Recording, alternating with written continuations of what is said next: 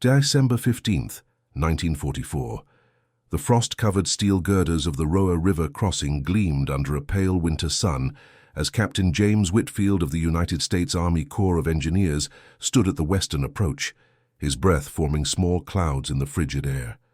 The German forces on the eastern bank believed they had successfully secured their retreat route, confident that the advancing Allied forces would never dare attempt what military doctrine deemed impossible. Before we dive into this story, make sure to subscribe to the channel and tell me in the comments where you're watching from. It really helps support the channel. What those retreating soldiers could not have imagined was that a single engineer's unconventional understanding of structural physics and guerrilla tactics would transform their escape route into an elaborate trap, fundamentally challenging every assumption about bridge warfare that had been written in the military manuals of the era. James Whitfield had never intended to become a revolutionary military tactician. Born in 1915 in Richmond, Virginia, he had grown up in a neighborhood where the sounds of construction were as familiar as church bells on Sunday morning. His father, Samuel Whitfield, worked as a carpenter and bridge repair specialist for the city, often bringing young James along to job sites during summer breaks. While other children played baseball in empty lots, James would sit on wooden planks, sketching the curves of arches and calculating load distributions in a worn notebook his mother had given him for his 10th birthday. Samuel Whitfield was a quiet man who let his work speak for him. He had learned his trade from his own father, who had worked on the construction of railroad bridges throughout the South in the late 19th century. Samuel possessed an intuitive understanding of structures that went beyond formal training. He could look at a bridge and know where the stress would concentrate, where a crack might form, where maintenance would eventually be needed. Young James absorbed this knowledge through observation and conversation. On Saturday mornings, father and son would walk across various bridges in Richmond, and Samuel would explain what he saw. "That rivet pattern there," he would say, pointing to a specific joint, "that tells me this bridge was built in 1908, probably by the Norfolk Southern. See how they doubled the supports on the eastern pier?" They knew the soil composition was different there. James learned to see bridges not as static objects, but as living systems of forces in constant negotiation. Every beam was pushing or pulling, every joint was transferring load, every rivet was holding back tremendous pressure. It was a mechanical ballet performed in steel and concrete, and understanding it required both mathematical precision and intuitive feel. The path to engineering school had been anything but straightforward. In 1933, when James applied to Virginia Polytechnic Institute, he received a polite letter explaining that, while his test scores were exemplary, the institution did not currently accept students of his background. He read that letter 3 times, each reading making the careful phrasing of rejection no less absolute. His mother, Eleanor, found him that evening in their small kitchen, the letter still in his hands. "You are going to be an engineer," she said quietly, her voice carrying the kind of certainty that had guided their family through countless hardships. "It just might take a different road than we planned."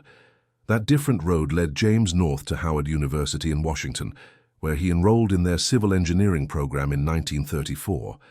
The journey itself was transformative. He took the train from Richmond, carrying a single suitcase and the 17 notebooks he had filled with bridge sketches and calculations since childhood. His mother had pressed $20 into his hand at the station, money she had saved for months from her work as a seamstress. "Make us proud," she had said simply. Howard University in 1934 was an island of intellectual opportunity in a nation still deeply segregated. The engineering program was small but rigorous, led by professors who had fought their own battles to reach their positions. Professor Marcus Henderson, a graduate of MIT who had faced his own battles to reach his position, recognized something unusual in the young man who always stayed late in the drafting room. Henderson's own story was one of perseverance against institutional barriers. He had graduated from MIT in 1912, one of only 3 students of his background in his class. His thesis on suspension bridge dynamics had been brilliant enough to earn academic honors, but not enough to open doors at engineering firms. He had spent 5 years working as a draftsman before Howard offered him a teaching position. That experience had made him attentive to students who showed not just competence, but original thinking. James did not simply memorize formulas. He questioned the assumptions behind them. During a lecture on bridge construction in his junior year, Professor Henderson presented the standard calculations for a steel truss bridge. James raised his hand. "Professor, what if the load distribution could be deliberately asymmetric? What if you designed weakness into the structure?" Henderson paused, his chalk hovering above the blackboard. "Why would anyone intentionally weaken a bridge?" "For controlled failure," James replied. "If you knew exactly where and when a structure would fail, you could use that knowledge strategically." The professor stared at him for a long moment, then smiled slowly. "That is either brilliant or completely insane, Mr. Whitfield, possibly both. See me after class." That conversation became the foundation of James's senior thesis, Strategic Structural Failure in Military Engineering. While his classmates designed bridges to withstand maximum loads, James designed bridges that could appear sound while containing calculated vulnerabilities. His thesis advisor called it the most unusual engineering document he had read in 30 years of teaching. Graduation came in June of 1938, and James found work with a construction firm in Baltimore. He spent his days calculating concrete pours and inspecting foundation work, competent labor that paid his bills, but never quite challenged the theoretical frameworks that still filled his evening notebooks. He had accumulated 17 such notebooks by December 1941, each one exploring different aspects of structural manipulation, when the news from Pearl Harbor changed everything. The United States Army was not particularly interested in James Whitfield's theories when he enlisted in January 1942. He was assigned to the Corps of Engineers with a rank of second lieutenant and sent to Fort Belvoir in Virginia for training. The instructors there taught bridge construction by the manual, standard designs, proven techniques, structures built to last decades. James absorbed the lessons, passed every examination, and kept his unconventional ideas to himself. His first overseas deployment came in July 1943, when his unit shipped to North Africa. The war there was already winding down, but the infrastructure damage was extensive. James spent 8 months rebuilding bridges, roads, and supply routes, working alongside other engineers who had learned their craft from the same manuals. He was competent, reliable, and entirely unremarkable until a routine assignment in April 1944 revealed his unusual talent. A bridge outside Tunis had partially collapsed under heavy vehicle traffic, and James was assigned to inspect the damage and recommend repairs. He spent 2 hours examining the structure, making measurements, and taking notes. When he submitted his report, he included not just repair recommendations, but a detailed analysis of why the bridge had failed. The original Italian construction had used substandard concrete in specific load-bearing pillars, creating a cascade failure when those pillars finally gave way. Major Robert Chen, the engineering battalion commander, read the report twice. "How did you determine which pillars had substandard concrete without destructive testing?" "The failure pattern," James explained. "The way the deck sections fell indicates which supports failed first. Once you know that, you can work backwards to understand the vulnerability." Chen looked at him thoughtfully. "Can you predict failure in structures that haven't failed yet?" "Given enough time to study them, yes, sir. Any structure has weak points. It is just a matter of finding them."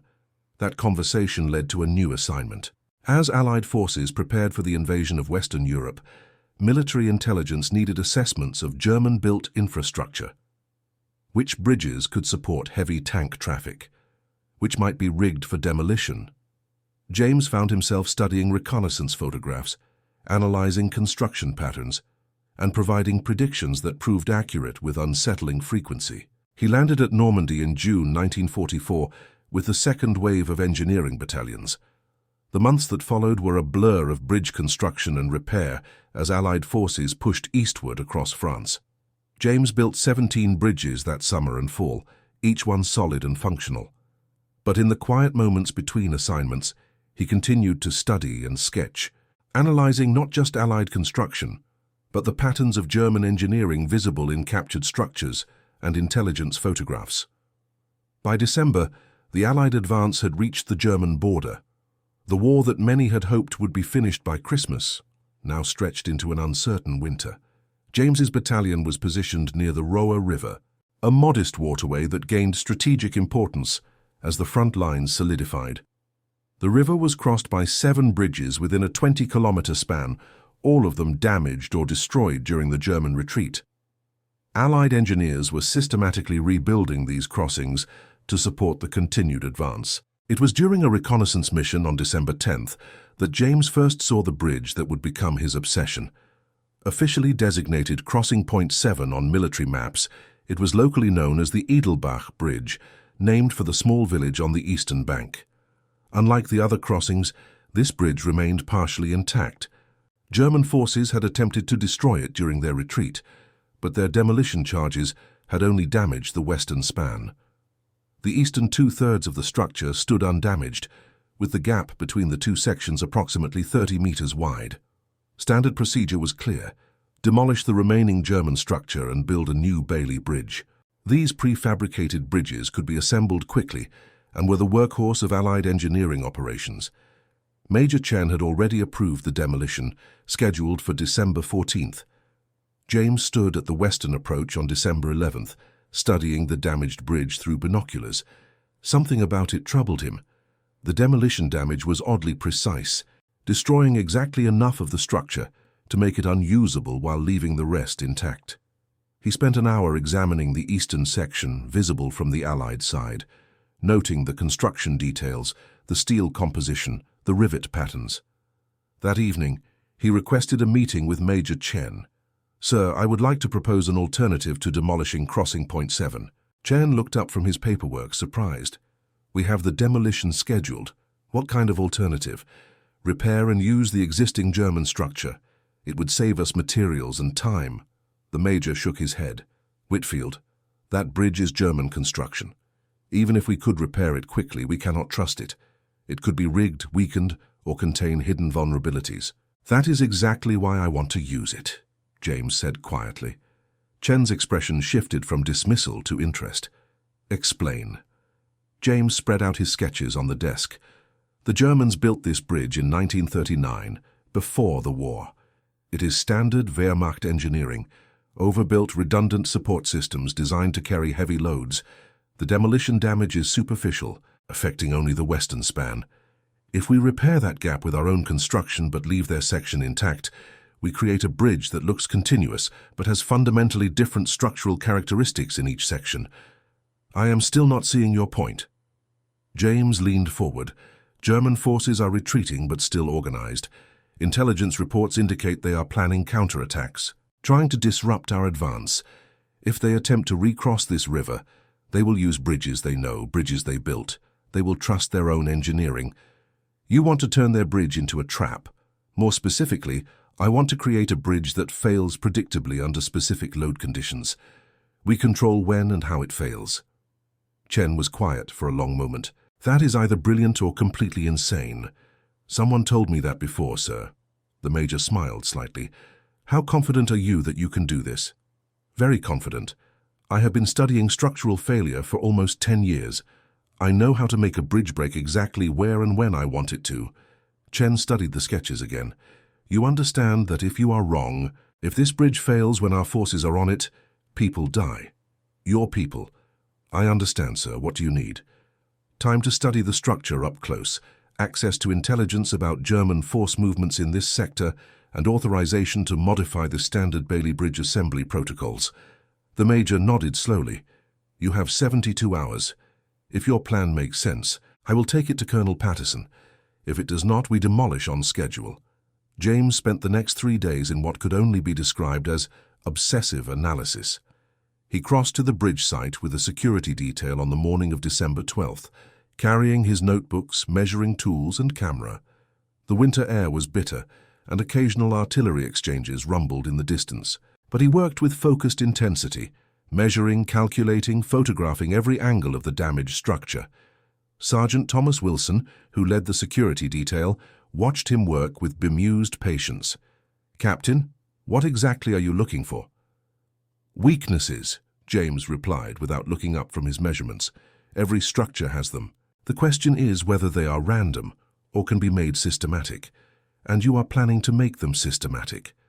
That is the idea." Wilson was quiet for a moment. "My grandfather was a builder in Tennessee. He used to say that any fool can make something strong, but it takes real skill to know exactly how weak something can be and still stand. James looked up at the sergeant, genuinely surprised.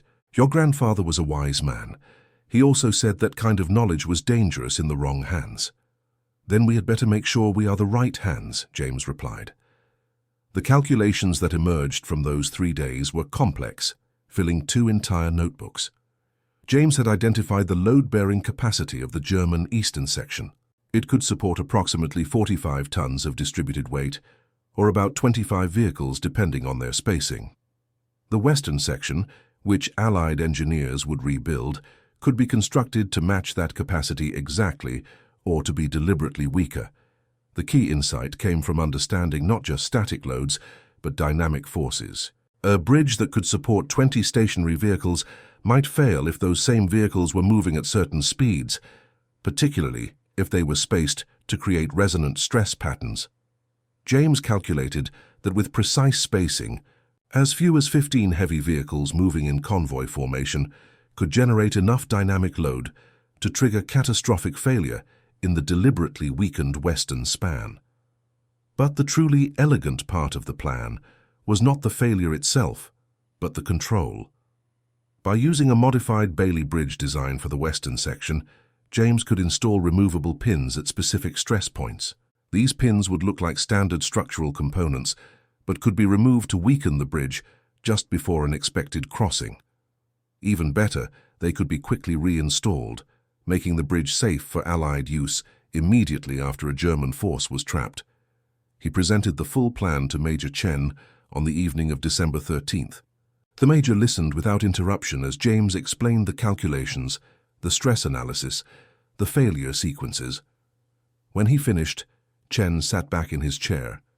You are proposing to deliberately build a defective bridge. A strategically defective bridge, James corrected. One that fails only under specific predictable conditions that we control. And you are certain about these calculations.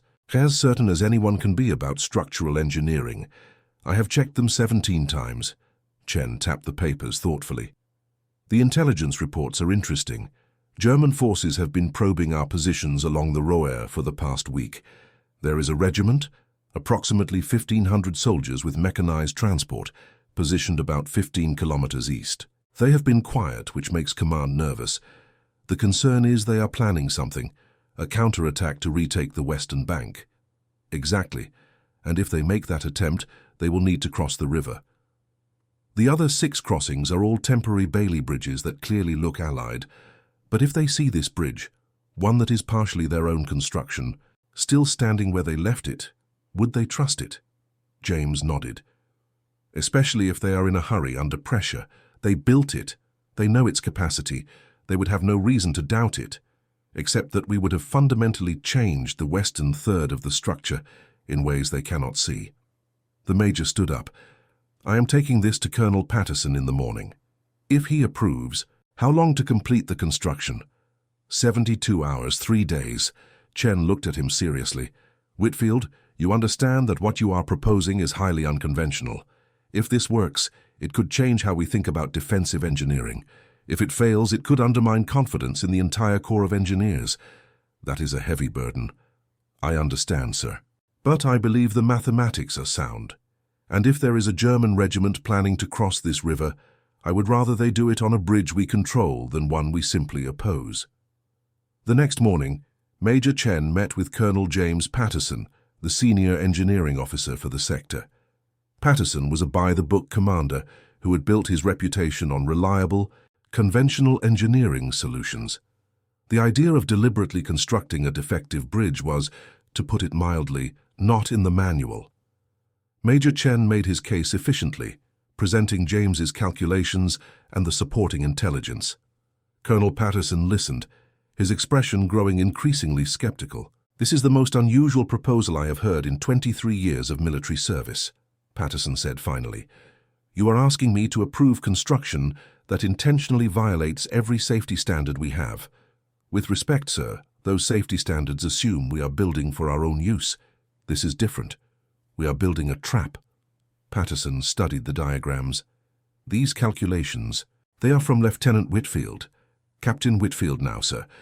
Promoted last month, and yes, these are his calculations. The colonel looked up. The same Whitfield who predicted the bridge failure outside Tunis. The one who has been analyzing German construction patterns? Yes, sir.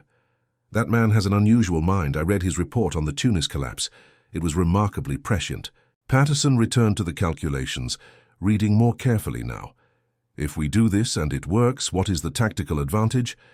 Intelligence estimates approximately 1,500 German soldiers in the nearby regiment if they attempt a river crossing in force. They will bring vehicles, equipment, possibly armored support. A conventional defense would require significant forces on our part, with casualties on both sides. But if their crossing fails catastrophically while they are on the bridge itself, we effectively neutralize their combat effectiveness without firing a shot. And if the bridge fails while our forces are using it? Captain Whitfield's design includes removable pins at the weak points. We can make the bridge safe or vulnerable within minutes, depending on who is crossing. Patterson was quiet for a long time, studying the papers spread before him. Finally, he looked up. I am going to approve this, but with conditions. First, Captain Whitfield supervises every aspect of construction personally. Second, we test the modified design under controlled conditions before declaring it operational. Third, if at any point the mathematics do not work as predicted, we abort and demolish the entire structure. Understood? Understood, sir. One more thing. If this works, Captain Whitfield gets a commendation. If it fails, we all get courts-martialed. Make sure he understands the stakes. He understands, sir. Construction began on the morning of December 14th. James assembled a team of 12 engineers, all experienced with Bailey Bridge construction. He did not explain the full plan to them initially, focusing instead on the technical requirements, specific load ratings, particular assembly sequences, unusual stress point configurations. Corporal David Martinez was the first to ask questions. Captain, these specifications are odd. We are building this span weaker than standard. Different load requirements, James replied. This bridge only needs to support light vehicle traffic for now. But the pins at these stress points, Martinez continued, pointing to the diagram, they are removable. I have never seen that in a Bailey Bridge design. James looked at the corporal for a long moment, then decided he needed at least some of his team to understand. Can you keep information confidential if ordered? Yes, sir. James explained the essential elements of the plan. Martinez listened carefully, his expression shifting from confusion to understanding to something like awe. Sir, you are building a trap. I am building a bridge with controllable failure characteristics. Whether it becomes a trap depends on circumstances. Martinez smiled slightly. That is a very diplomatic way of saying we are about to trick the German army into breaking their own bridge. Let us just focus on making sure the mathematics work, Corporal. The construction proceeded with meticulous precision. James supervised every weld, every bolt, every pin installation. The eastern section of the bridge, the original German construction, required only minor repairs where it connected to the new western span. James spent hours studying this junction, ensuring the transition between the two structures was seamless to the eye while maintaining the planned stress differentials. Lieutenant Sarah Coleman, an engineering officer from a neighboring battalion, visited the site on December 15th to observe the unusual construction. She had heard rumors about the project and was curious about the reality. Captain Whitfield, I understand you are building a Bailey Bridge with non-standard specifications. That is correct. May I ask why? James hesitated, then decided that professional courtesy warranted honesty. Because I am trying to create predictable failure under specific load conditions. Coleman stared at him. You are deliberately building a defective bridge. A selectively defective bridge, he corrected. One that fails only when we want it to fail. She looked at the structure taking shape before them. That is either brilliant or completely insane. I keep hearing that, James said with a slight smile. Coleman walked closer, studying the construction details. The stress calculations for this junction point, she said, pointing to where the Allied and German sections met. They are fascinating. You are creating a weak point that is not immediately visible. That is the idea. The bridge looks continuous and solid, but the load distribution is fundamentally different in each section. How confident are you in the mathematics? Very confident, though I will admit this is somewhat experimental. Somewhat experimental, Coleman repeated. That is a terrifying phrase in engineering. All innovation is experimental until it works. And if it does not work? Then I will have learned something valuable about structural failure, James said, assuming I survived to apply those lessons. The work continued through December 16th and 17th. Winter weather added complexity to the construction. Frozen ground, ice forming on metal surfaces, and the constant cold that made every task more difficult. But the team worked with determined focus, understanding that they were building something unprecedented, even if most of them did not know the full purpose. By the evening of December 17th, the bridge was complete. It stood solid and functional, its Bailey Bridge western span connecting seamlessly to the original German eastern section. To any casual observer, it appeared to be a standard military bridge, competently built and ready for service. James conducted the first test on the morning of December 18th. He positioned 4 trucks, each weighing approximately 5 tons, at precise intervals on the bridge. The vehicles were stationary, and the structure showed no signs of stress. He then had the trucks move slowly across in single file. Again, the bridge performed flawlessly. The second test was more specific. 6 trucks, each weighing 6 tons, positioned in the exact spacing that his calculations indicated would create resonant stress. The vehicles remained stationary for 10 minutes, while James and his team monitored stress gauges they had installed at key points. The readings confirmed his predictions.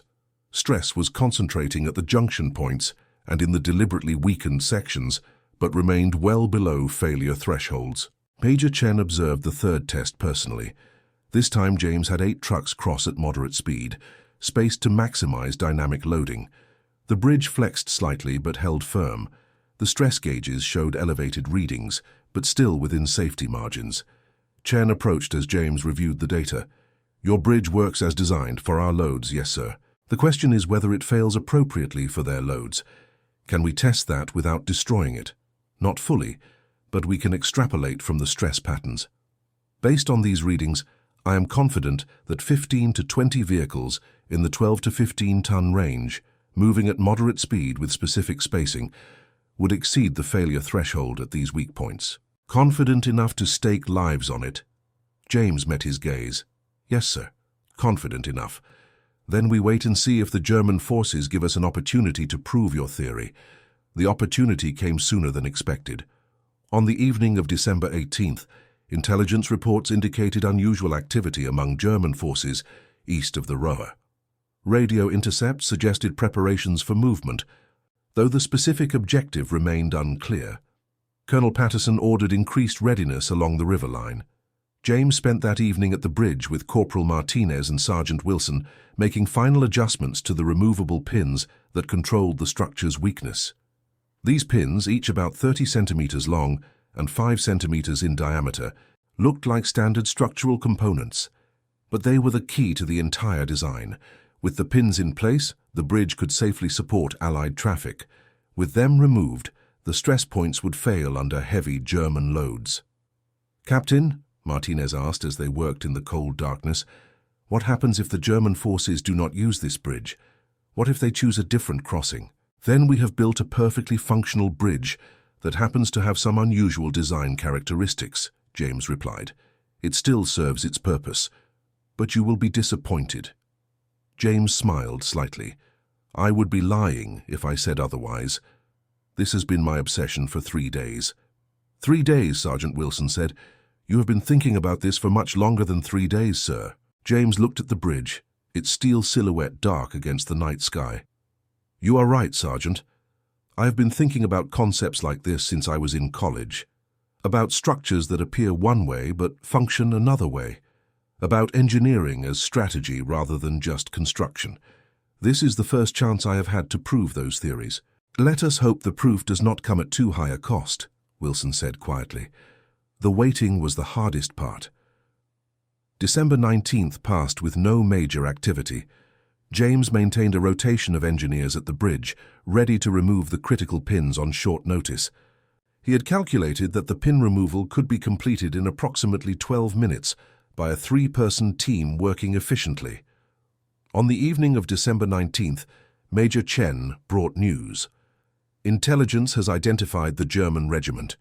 They are designated the 573rd Grenadier Regiment, approximately 1,500 soldiers with mechanized transport. They have been reinforced with additional vehicles and equipment. Radio intercepts suggest they are planning a crossing attempt, possibly within the next 48 hours. Do we know which crossing they will target? Intelligence believes this one, crossing point 7. Reconnaissance has observed German officers examining the bridge from the eastern bank with binoculars. They seem particularly interested in the fact that part of their original structure remains standing. James felt his pulse quicken. They trust their own engineering. That appears to be the assessment. Colonel Patterson wants confirmation that your bridge is ready. It is ready, sir. The pins can be removed in under 15 minutes once we get warning of their approach. And you are certain about the failure sequence? As certain as I can be without actually testing it to destruction. Chen nodded. Then we prepare. I want your team on standby starting tomorrow morning. If the German forces move, we will likely get 30 to 60 minutes warning from forward observers. December 20th dawned cold and clear. James positioned his team near the bridge with the tools needed to remove the pins quickly. The waiting was tense, each hour stretching longer than the last. By evening, there was still no movement. December 21st brought the same pattern: readiness, waiting, and the slow passage of time. James found himself checking and rechecking his calculations, looking for flaws in his reasoning, questioning assumptions. Corporal Martinez noticed his tension. Captain, the mathematics are sound. I have reviewed them myself. The bridge will perform as you designed it. I know, James replied, but there is a difference between theory and reality. Once they are on that bridge, we cannot take it back. That is true of every engineering decision we make, sir. The bridges we built across France, the ones that our forces used to advance, they could have failed too if we made mistakes. This is just more deliberate. That night, James barely slept. He lay in his tent, listening to the distant sounds of the front, thinking about the bridge, about the calculations, about 1,500 soldiers who might or might not walk into an elaborate trap of his design. The call came at 0530 hours on December 22nd. James woke to Sergeant Wilson shaking his shoulder. Captain, we have movement. Forward observers report German forces assembling at a staging point 8 kilometers east. Estimated strength, full regiment with mechanized transport. James was dressed and moving within minutes. He reached the bridge at 0545, where his team was already assembled. Major Chen arrived shortly after. The observers indicate they are preparing for movement toward this sector, Chen said. Colonel Patterson has authorized implementation of your plan. You have clearance to modify the bridge as designed. James turned to his team. Martinez, Wilson, Thompson, you are with me. We are removing the pins. Everyone else, clear the bridge approach and take positions at a safe distance. Once those pins are out, this bridge is unsafe for our forces. The team moved onto the bridge with practiced efficiency. James had marked each critical pin with small chalk marks, visible only up close. The pins were designed to be removable with standard tools. A wrench to loosen the locking nut, then a hammer and drift to drive the pin out. Simple in concept, but requiring precision in execution. The first pin came out at 0552, the second at 0557. James moved methodically from point to point, checking each removal, ensuring the structural change was exact. The third pin resisted, its threads apparently frozen, and precious seconds ticked away as Martinez applied penetrating oil and worked it loose. By 0615, all 7 critical pins had been removed. The bridge looked exactly as it had before, but its structural characteristics had changed fundamentally. James conducted a quick visual inspection, confirming that no obvious evidence of the modifications was visible. They cleared the bridge and took positions on the western bank. The sun was rising now, pale winter light illuminating the river valley. The waiting began again, more intense now because the trap was set. At 0640, forward observers radioed an update. German forces were moving. The column was estimated at 45 vehicles, a mix of trucks and light armor, with infantry. They were approaching the river at steady speed, no apparent caution. At 0700, the first German vehicles came into view on the eastern approach. James watched through binoculars, his mouth dry. The convoy moved with military precision, vehicles spaced at regular intervals. He counted them silently. 5, 10, 15, 20. Major Chen stood beside him. They are not hesitating. They are going straight for the bridge. They trust it, James said quietly. It is their bridge. They built it. Why would they doubt it? The lead vehicle reached the eastern end of the bridge at 0708. A truck carrying what appeared to be infantry in the cargo bed.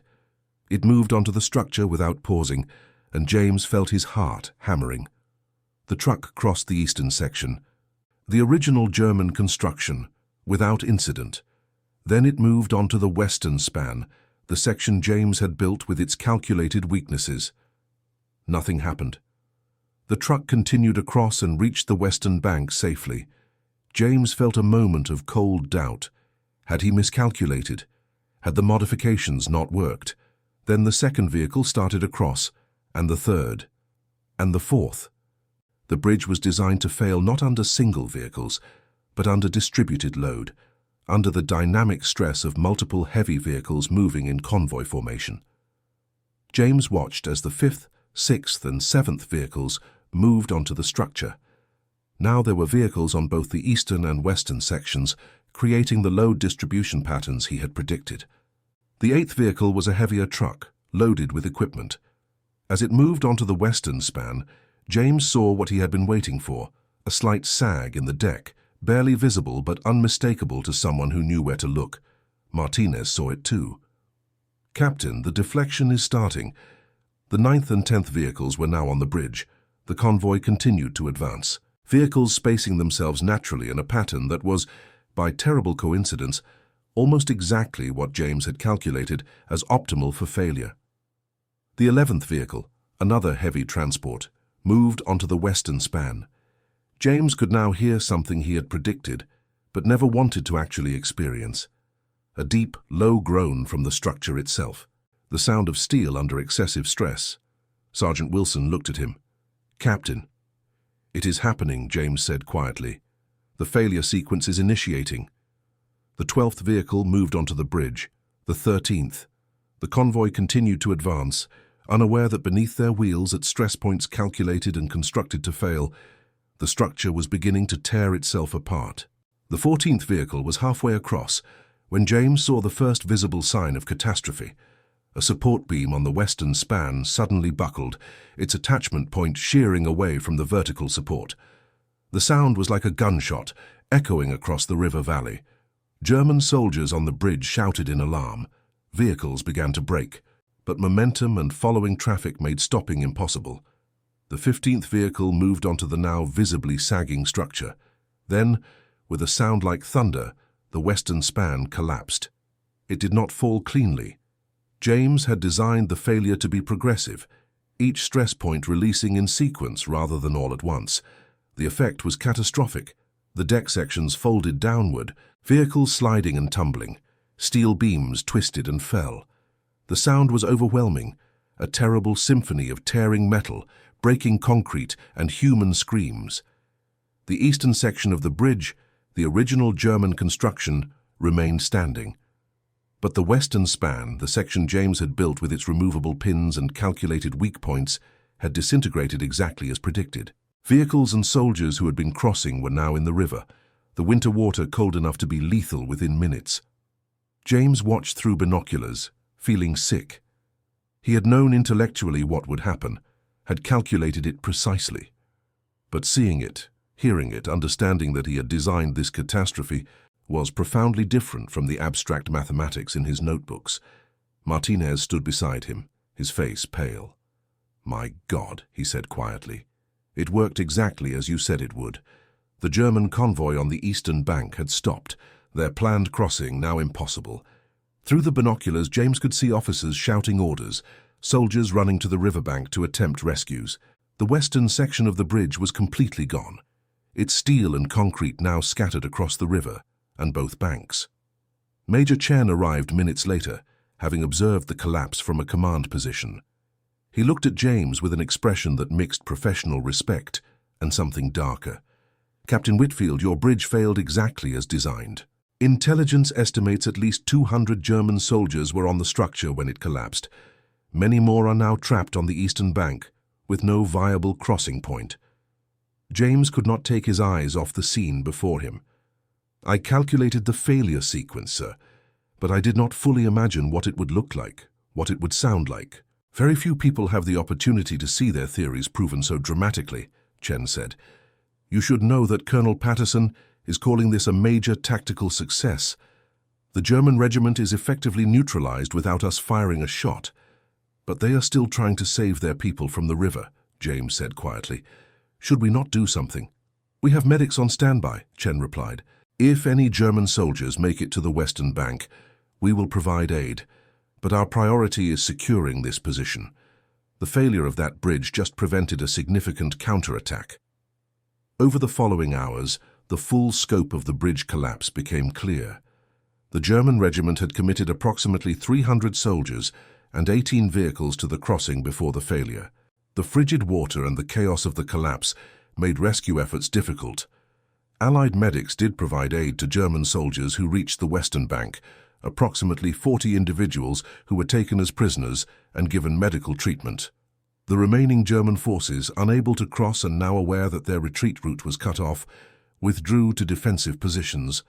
Over the next 2 days, facing overwhelming Allied pressure and lacking the ability to retreat or be reinforced, the regiment gradually surrendered. By December 24th, approximately 1,200 German soldiers had become prisoners, with minimal casualties on the Allied side. Colonel Patterson visited the bridge site on December 23rd. He stood where James had stood, looking at the remnants of the western span now scattered in the river, the eastern section still standing like a monument to a failed retreat. Captain Whitfield, he said, I have read your after-action report. It is remarkably detailed. I tried to be thorough, sir, James replied. You included calculations for the failure sequence, stress analysis, even estimates of the sound profile during collapse. What you did not include was any discussion of how you feel about what happened here. James was quiet for a moment. I feel like I demonstrated that my theories about structural engineering were correct, sir, and I feel like I caused the deaths of people who were following orders, trying to return to their homes. Both things are true. War is rarely simple, Patterson said. What you did here was tactically brilliant and strategically significant. It also resulted in casualties. Those two facts exist together. Will we do this again, sir? Use this technique in other locations? Patterson shook his head. I honestly do not know. What you did required very specific circumstances, a partially existing structure we could modify, time to make the modifications, and enemy forces willing to use the bridge. That combination is rare, but the principle, the idea of engineering as strategic deception, that has value. Over the winter of 1944 and 45, word of the Roa River Bridge incident spread through the Corps of Engineers. James found himself summoned to headquarters to brief senior officers on the concept and execution. Some were fascinated, others troubled by the implications of deliberately constructing unsafe infrastructure. In March 1945, James was promoted to major and assigned to an engineering planning staff. The war in Europe ended in May, but his work continued, assessing German infrastructure, identifying which bridges and roads could be safely used, which needed demolition or reconstruction. He returned to the United States in November 1945, carrying with him 23 notebooks filled with calculations, observations, and reflections. The Army offered him opportunities to continue as a military engineer, but James declined. He had seen enough of war engineering, enough of structures designed to fail. In January 1946, he accepted a position as an associate professor of civil engineering at Howard University, returning to the institution where he had first learned to question assumptions about bridges. Professor Henderson, now retired, came to his first lecture. "So you are going to teach them how to make bridges fail," Henderson said with a slight smile. "I'm going to teach them how to understand failure," James replied, "how to predict it, prevent it, and occasionally, when necessary, control it, but mostly prevent it." His career in academia spanned 32 years. He published 17 papers on structural engineering, most of them focused on failure analysis and prevention. He never published anything specifically about the Roa River Bridge. That story remained classified for years, and even after declassification, James rarely spoke about it publicly. But in his office at Howard University, on a shelf between structural analysis textbooks and steel fabrication manuals, he kept one of his old notebooks. It was open to a specific page, a sketch of a bridge with carefully marked stress points and calculated failure sequences. Students who noticed it sometimes asked about the drawing. It is a reminder, James would say, that every structure contains within it the seeds of its own failure. Our job as engineers is to understand those weaknesses so completely that they never surprise us. Lieutenant Sarah Coleman, the engineering officer who had visited the construction site, went on to have a distinguished career in military and civil engineering. In a memoir published in 1978, she wrote about the Roa River Bridge, calling it the most unusual and ethically complex engineering project she had ever witnessed. She concluded that section with a question: at what point does engineering skill become indistinguishable from the tactics of warfare itself? Corporal David Martinez returned to Tennessee after the war and built a successful construction company. He named it Precision Structures, a nod to the exactitude he had learned during 3 days in December 1944. He occasionally gave lectures to engineering students about military engineering, always emphasizing that the mathematics must be perfect because lives depend on it. The bridge itself, or rather its remains, became something of a curiosity.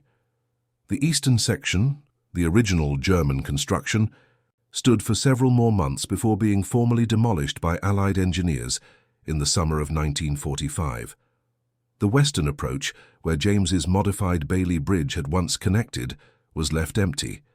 A new crossing was built 300 meters downstream, a standard military bridge that served until civilian infrastructure could be restored. In the decades after the war, engineering scholars occasionally studied the Roa River incident as a case study in what they termed strategic structural design. The technical aspects were admired. James's calculations had been essentially perfect, predicting failure within minutes of when it actually occurred. But the ethical dimensions remained debatable. Had this been legitimate military engineering or something darker? James himself reflected on these questions in a private journal he kept during his years teaching. In an entry dated June 1962, he wrote, "I designed that bridge to fail, and it failed exactly as designed. The mathematics were elegant, the execution precise. But what I created was not primarily a structure but a deception, a trap wrapped in the appearance of reliability. Is that engineering or warfare? Perhaps it is both, and perhaps that is what troubles me most." He taught thousands of students during his academic career.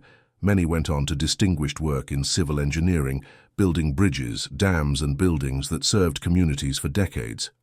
James took pride in that legacy, in structures built to endure rather than to fail. But among his former students, there was a saying that captured something essential about his teaching: "Dr. Whitfield knows more about why bridges fail than anyone alive. And because he knows that, the bridges his students build never fail." James Whitfield retired from teaching in 1978 at the age of 63. He spent his retirement years in Richmond, Virginia, not far from where he had grown up. He consulted occasionally on bridge inspections, reviewed designs for major projects, and maintained correspondence with former students and colleagues. In 1983, the Army Corps of Engineers established the Whitfield Award for Innovation in Military Engineering. The citation accompanying the award made no specific mention of the Roa River Bridge, but noted his contributions to strategic engineering during the Second World War and his subsequent academic career. James attended the ceremony, now 68 years old, still sharp-minded but increasingly aware of his own mortality. During his acceptance speech, he spoke not about the technical aspects of his work, but about the responsibility that came with engineering knowledge. "Every bridge we build contains choices," he said. "Choices about materials, about design, about safety margins. These choices are never purely technical. They reflect our values, our priorities, our understanding of what structures should do and be. I have spent my life studying bridges, and the most important lesson I learned is this: we are not just building things. We are building trust. People who cross a bridge Trust that it will hold them. That trust is sacred." He paused, looking at the audience of military engineers and civilian professionals. "I once built a bridge that violated that trust deliberately, as an act of war. It achieved its military objective. But it also taught me something profound about the responsibility we carry as engineers. Every structure we create is a promise. We must make very certain we are promising the right things." James Whitfield died in his sleep on March 8, 1992, at the age of 76. His obituary in the engineering journals noted his academic contributions, his military service, and his influence on generations of civil engineers. The Roa River Bridge was mentioned in passing, a footnote in a long career. But among those who knew the full story, among the engineers and military historians who understood what had happened in December 1944, there was recognition that James had done something unprecedented. He had turned engineering itself into a weapon, using the language of trust and reliability to create tactical advantage. It was brilliant and terrible in equal measure, a demonstration of how knowledge can be wielded for purposes far beyond its apparent application. The bridge that had stood for a few days before failing catastrophically became a metaphor for something larger, the way that trust, once established, creates vulnerability. The German regiment had trusted their own engineering, had believed in the reliability of structures they recognized. That trust had been weaponized against them through calculations and modifications invisible to casual inspection. In the years after James's death, his notebooks and papers were donated to the Smithsonian Institution, where they became part of the permanent collection documenting World War II engineering. Scholars who studied these documents found not just technical calculations, but philosophical reflections, questions about the ethics of engineering, meditations on the nature of trust and deception. One notebook dated December 1944 contained an entry written on the evening before the bridge collapse. James had written, "Tomorrow we will discover whether my calculations are correct. I believe they are. I have checked them so many times that I see the stress patterns when I close my eyes. But there is a difference between calculating failure and witnessing it. I am about to learn that difference." Below that, added in different ink and apparently written later, was a single additional sentence. "I was right about the mathematics. I was unprepared for everything else." The Roa River crossing, where crossing point 7 once stood, is today marked by a small memorial. The plaque, installed in 1985, commemorates the soldiers who fought in the area during the winter of 1944 and 45. It makes no specific mention of the bridge collapse, no reference to calculated structural failure or engineering deception. Instead, it offers a simple observation. In war, even the ground we stand on can shift beneath our feet. The lessons of that December week have influenced engineering education in subtle ways. Modern courses in structural analysis often include sections on failure prediction, on understanding how and why structures collapse. The theoretical framework that James developed, the mathematics of controlled failure, has applications far beyond military engineering. Demolition experts use similar principles to bring down old buildings safely. Safety engineers study failure patterns to prevent accidental collapses. But the ethical questions remain unresolved. At what point does engineering knowledge become a weapon? When does the designer of infrastructure bear moral responsibility for how that infrastructure is used or misused? These are questions that each generation of engineers must address anew. Lieutenant Colonel Robert Chen, who had approved James's original plan, later wrote in his own memoirs that the Roa River Bridge represented both the best and worst of military engineering. The best because it achieved its objective with precision and minimal friendly casualties. The worst because it required deliberate betrayal of the fundamental engineering principle that structures should be trustworthy.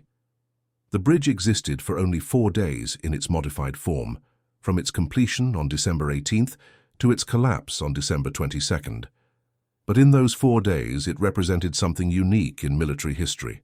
Infrastructure designed from its inception to be its own negation. A structure whose purpose was not to connect, but to separate, not to support, but to fail.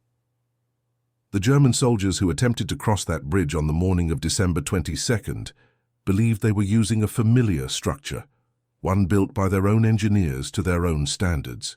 They had no reason to suspect that the western third of the bridge, which looked continuous and solid, had been fundamentally altered. The modifications were invisible to visual inspection and would have required structural analysis to detect. That invisibility was key to James's design. He had not simply weakened the bridge. He had created a structure whose weakness was calculable and controllable but not obvious. It was a masterwork of deceptive engineering, and like all great deceptions, it worked precisely because it appeared to be something else entirely. In the end, the Roa River Bridge stood as a testament to a simple but profound truth. Trust is a structural element as important as steel or concrete. When we trust a bridge to hold us, we are trusting the integrity of its designer, the skill of its builders, and the honesty of its apparent characteristics. James Whitfield understood this completely, and he used that understanding to create a structure that exploited trust as thoroughly as it exploited physics.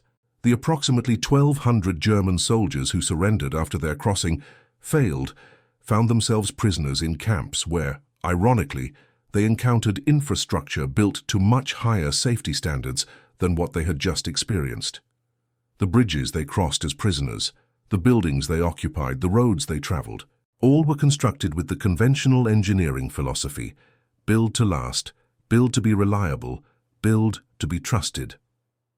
But they had learned, in the most visceral way possible, that engineering could also be deception, that structures could lie, and that sometimes the most dangerous failures were those that had been calculated in advance. And that concludes our story. If you made it this far, please share your thoughts in the comments. What part of this historical account surprised you most? Don't forget to subscribe for more untold stories from World War II and check out the video on screen for another incredible tale from history. Until next time.